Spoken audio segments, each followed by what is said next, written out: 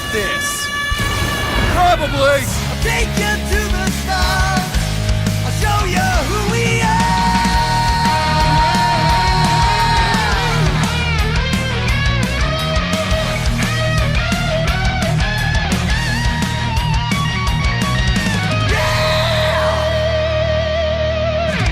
If that doesn't get you hyped for this game, then I don't know what will. But regardless, welcome back, true believers and all you merry Marvelites, to another very important Marvel's Guardians of the Galaxy related video. Because recently, there has been some rather intriguing news surrounding the game, and specifically the amount of sales, or lack thereof, that the title has accumulated. Now, I've already gone on record several times when mentioning Guardians of the Galaxy, is that this is my personal pick of Game of the Year for 2021. And in all honesty, one of the most heartfelt and enjoyable Marvel games I've ever played. So I will admit that it was pretty vexing for me when initially reading through this news. However, if you do take everything into consideration revolving around the game's main publisher of Square Enix, it does end up making a slight bit of sense, albeit totally undeserved in every way. And if you're someone who is completely unaware as to what exactly I'm referring to, is that it was reported directly by Square Enix themselves that apparently Marvel's Guardians of the Galaxy underperformed in terms of sales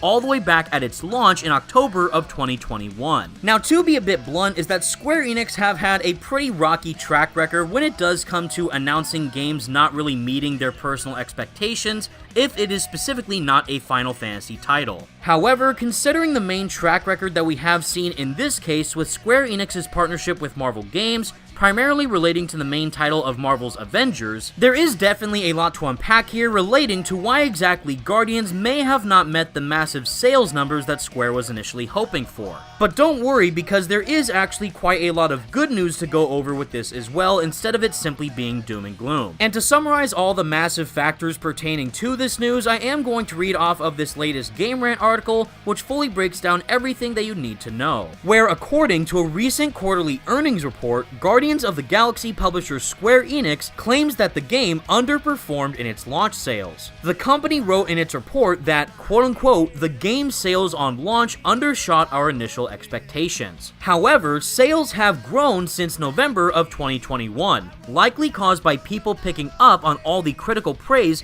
Marvel's Guardians of the Galaxy was getting. And what's more important is that Square Enix are expecting this growth in sales to continue as 2022 marches on. It's unsurprising that Marvel's Guardians of the Galaxy is selling well even now, as Marvel games have proven that they have a certain longevity when it comes to new players joining the game. Where single-player titles are concerned especially, games like Marvel's Spider-Man is still seeing a strong community online, with players still enjoying the 2018 game. After the critically panned Marvel's Avengers, Square Enix lost a significant amount of money, so it is likely hoping for strong Guardians of the Galaxy sales to make up for that. And that right there, everybody, is the main crux of the problem. Whether you deeply enjoy the game or not, the fact of the matter is that Marvel's Avengers was the first ever title to come from the Square Enix and Marvel Games multi-year, multi-game partnership. And based on the extremely divisive reviews that the game did garner back in its initial launch in 2020, and still is receiving pretty lackluster reception from players even nowadays in 2022, it certainly did not kick things off to a good start relating to what the next major Marvel game could be coming from Square Enix. But luckily, at least in my opinion, is that Eidos Montreal did an absolutely phenomenal job with bringing a completely new and fresh take on the Guardians team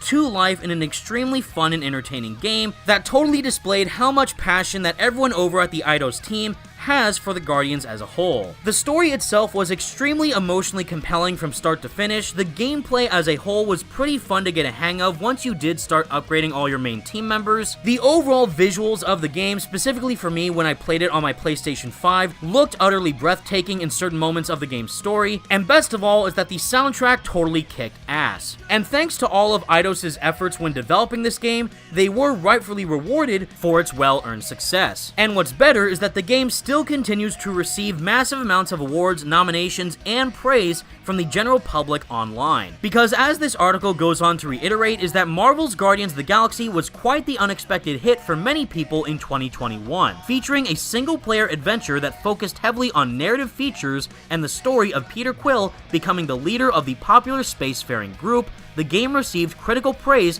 following its release. It even went on to win the Best Narrative Award at the 2021 Game Awards. For many, the game was a dark horse of 2021, as few expected it to be as well received as it was. Following the controversial and criticized launch of Marvel's Avengers, few were expecting Eidos Montreal and Square Enix to be able to completely flip the script and in the following year release a truly successful title. In the months following its release, Guardians of the Galaxy was seen as a success, with it holding an overwhelmingly positive amount of reviews currently on Steam. However, it seemed that even Square Enix was not expecting the game to do as well as it did, and that despite its critical praise, Guardians of the Galaxy may have failed elsewhere. Of course, primarily relating to its quote-unquote underperforming sales. With skepticism around the launch of Marvel's Guardians of the Galaxy, it is impressive to see how far the game has come. Whether its sales will continue to boost Square Enix's income is unknown, though it already has many fans eyeing upcoming Guardians of the Galaxy projects and even looking into the past of the famous comic book team. And above all else, I just really hope that Square Enix takes the time to look really closely at why exactly people love Guardians of the Galaxy so much